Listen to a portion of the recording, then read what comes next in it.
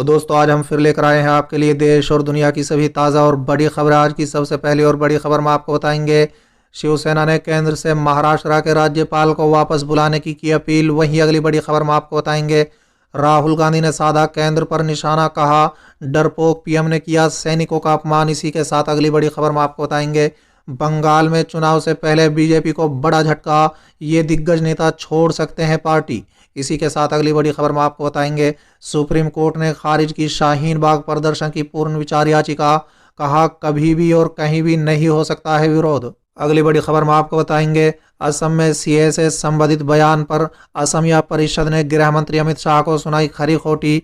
वहीं अगली बड़ी खबर में आपको बताएंगे, जाप के प्रमुख पप्पू यादव का बड़ा ऐलान, बोले 14 को करेंगे पूरे देश में रेल चक्का जाम। इसी के साथ अगली बड़ी खबर में आपको बताएंगे, क्या हरियाणा सरकार पर भारी पड़ेगा किसान आंदोलन, कमान अब खाप पंचायतों के हाथ में। इसी के साथ अगली बड़ी खबर में आपको बताएंगे, संसद में आम आदमी पार्टी के नेता संजय सिंह ने लगाया बड़ा आरोप, कहा देश की संपत्ति बेच रही है सरकार। इसी के साथ अगली बड़ी खबर में आपको बताएंगे, देश के किसान समझौते पर पहुंचने तक घर नहीं लौटेंगे, राकेश टिकैत का बड़ा ऐलान। हरियाणा की मनोहर लाल सरकार के खिलाफ 8 मार्च को विधानसभा में अविश्वास प्रस्ताव लाएंगे भूपेंद्र सिंह हुड्डा। तो चलिए देख लेते हैं आज की पहली बड़ी खबर, शिवसेना ने केंद्र से महाराष्ट्र के राज्यपाल को वापस बुलाने की अपील।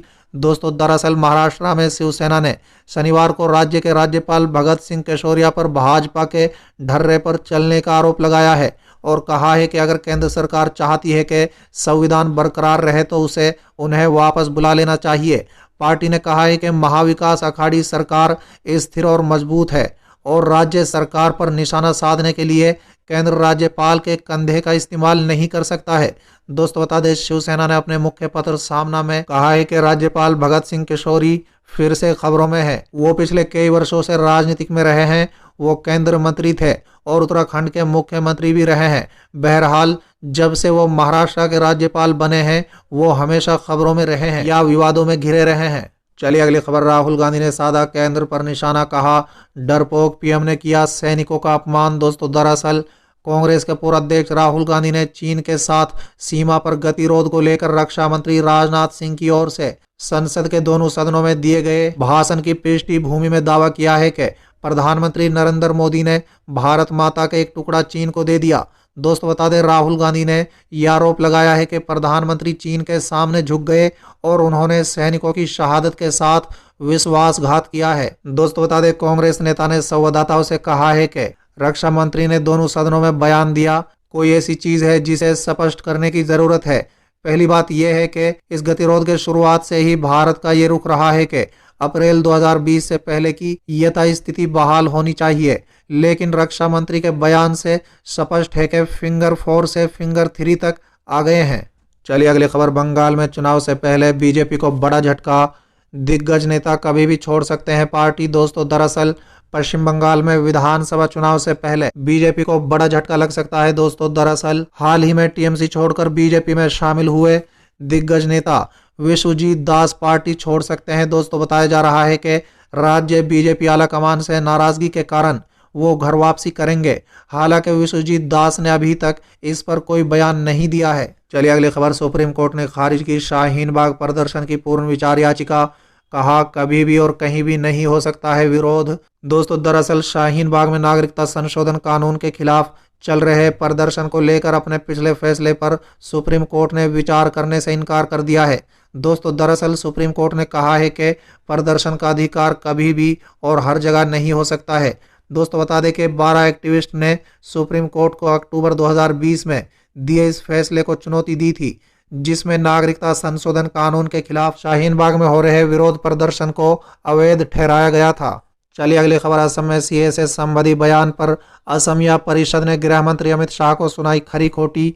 दोस्तों दरअसल असमिया परिषद के उपाध्यक्ष अदिया कुमार फुकन ने अमित शाह के सीए को लागू करने वाले बयान को लेकर पलटवार किया है। दोस्तों बता दें कि उन्होंने कहा है कि गृह मंत्री अमित शाह ने कहा था कि कोविड-19 टीकाकरण खत्म होते ही देश में सीए लागू हो जाएगा। बता दें कि अमित शाह ने पश्चिम बंगाल में एक चुनावी रैली को संबोधित करते हुए ये बयान दिया है।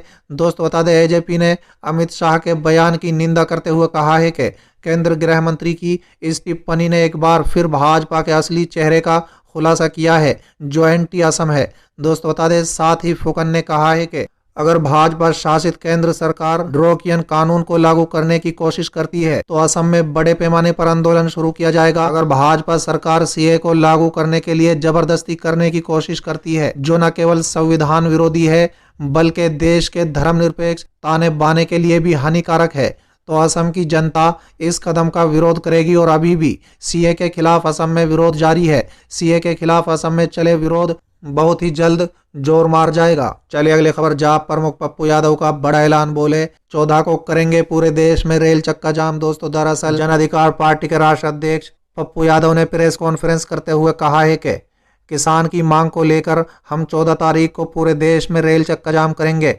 आगे उन्होंने कहा है कि जो आज पूरे बिहार में बिहार के मुख्यमंत्री नीतीश कुमार के काल में जो बीते दिनों में बिहार में कोरोना वायरस के समय में घोटाला हुआ है, उसकी भी उच्च स्तर पर जांच की जाए। चलिए अगली खबर। क्या हरियाणा सरकार पर भारी पड़ेगा किसान आंदोलन, कमान अब खाप पंचायतों के हाथ में।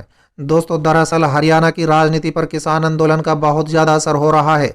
दोस्तों बता दें, किसान आंदोलन ने प्रदेश की राजनीति को बहुत गहराई तक प्रभावित किया है। जिस भी सीएम या सत्तारूढ़ दल के हाथ किसान आंदोलन की आग में झुलसे वो उसके बाद सत्ता में नहीं आएगा। दोस्तों बता दें, ये सिलसिला पहले सीएम भजनलाल से शुरू हुआ था और ओम प्रकाश चौटाला तक बराबर जारी रहा। दोस्तों बता दें, केंद्र सरकार के नए कृषि कानून के विरोध में इस समय पूरा प्रदेश किसान आंदोलन की तपिश महसूस कर रहा है।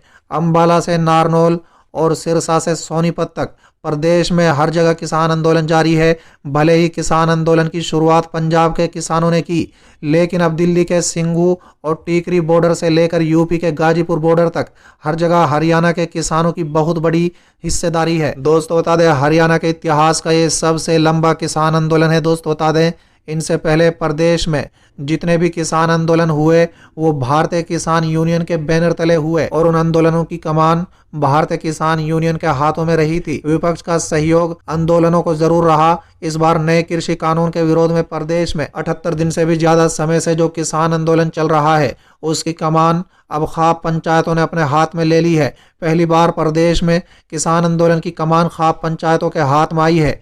इसी कारण किसान आंदोलन का असर अतीत में हुए किसान आंदोलन से कहीं ज्यादा है। दोस्तों बता दें कि खाप पंचायत प्रदेश में अपना एक अलग प्रभाव और वजूद रखती हैं। यही प्रभाव और वजूद हरियाणा में किसान आंदोलन की सबसे बड़ी ताकत माना जा रहा है। चलिए अगली खबर। संसद में आम आदमी पार्टी के सांसद संजय सिंह ने लगाया बड़ा आरोप, कहा देश की संपत्ति बेच रही है सरकार। दोस्तों दरअसल केंद्र सरकार द्वारा लाए गए बजट 2021-22 को अमीरों का बजट बताते हुए आम आदमी पार्टी के नेता संजय सिंह ने शुक्रवार को आरोप लगाया है कि सरकार देश की संपत्ति बेच रही है।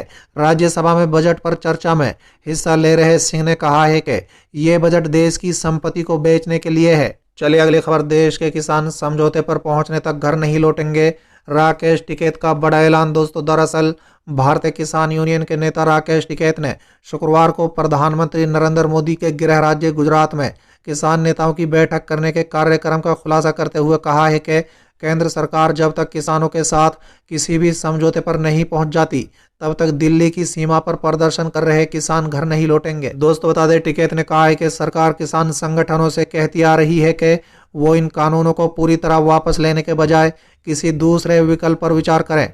उन्होंने कहा है कि सरकार को किसान संगठनों के साथ बातचीत करनी होगी। टीकरी सीमा दलाल खाप 84 की ओर से आयोजित महापंचायत को संबोधित करते हुए उन्होंने कहा है कि ये आंदोलन तब तक जारी रहेगा जब तक केंद्र सरकार कमेटी से बातचीत कर किसी समझौते पर नहीं पहुंच जाती। दोस्तों साथ ही उन्होंने दावा किया है कि आंदोलन पूरे देश में फैला हुआ है, ये केवल पंजाब, हरियाणा और उत्तर प्रदेश तक सीमित नहीं है जैसा कि कुछ लोग दावा कर रहे हैं। उन्होंने बताया है कि आने वाले दिनों में और महापंचायत आयोजित की जाएगी। उन्होंने बताया है कि ये गुजरात जाएंगे। टिकैत ने आरोप लगाया है कि गुजरात के किसानों पर आंदोलन का समर्थन नहीं करने के लिए दबाव बनाया जा रहा है। साथ ही उन्होंने कहा है कि हम लोग गुजरात और अन्य राज्य में भी बैठक करेंगे। चलिए अगली खबर। हरियाणा की मनोहर लाल सरकार के खिलाफ 8 मार्च को विधानसभा में अविश्वास प्रस्ताव लाएंगे भूपेंद्र सिंह हुड्डा। दोस्तों दरअसल हरियाणा विधानसभा का 5 मार्च से शुरू होने वाला बजट सत्र इस बार काफी हंगामादार होगा।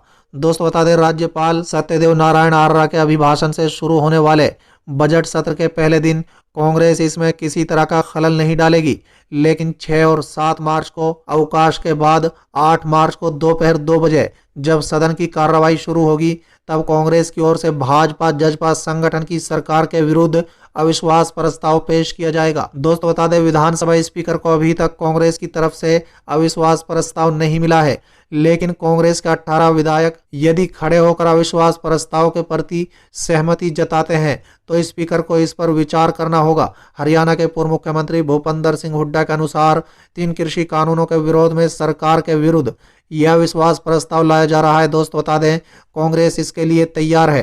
कांग्रेस के प्रदेश प्रभारी विवेक बंसल और प्रदेश अध्यक्ष कुमारी शैलजा भी इस अविश्वास प्रस्ताव के प्रति सहमति जता चुकी हैं।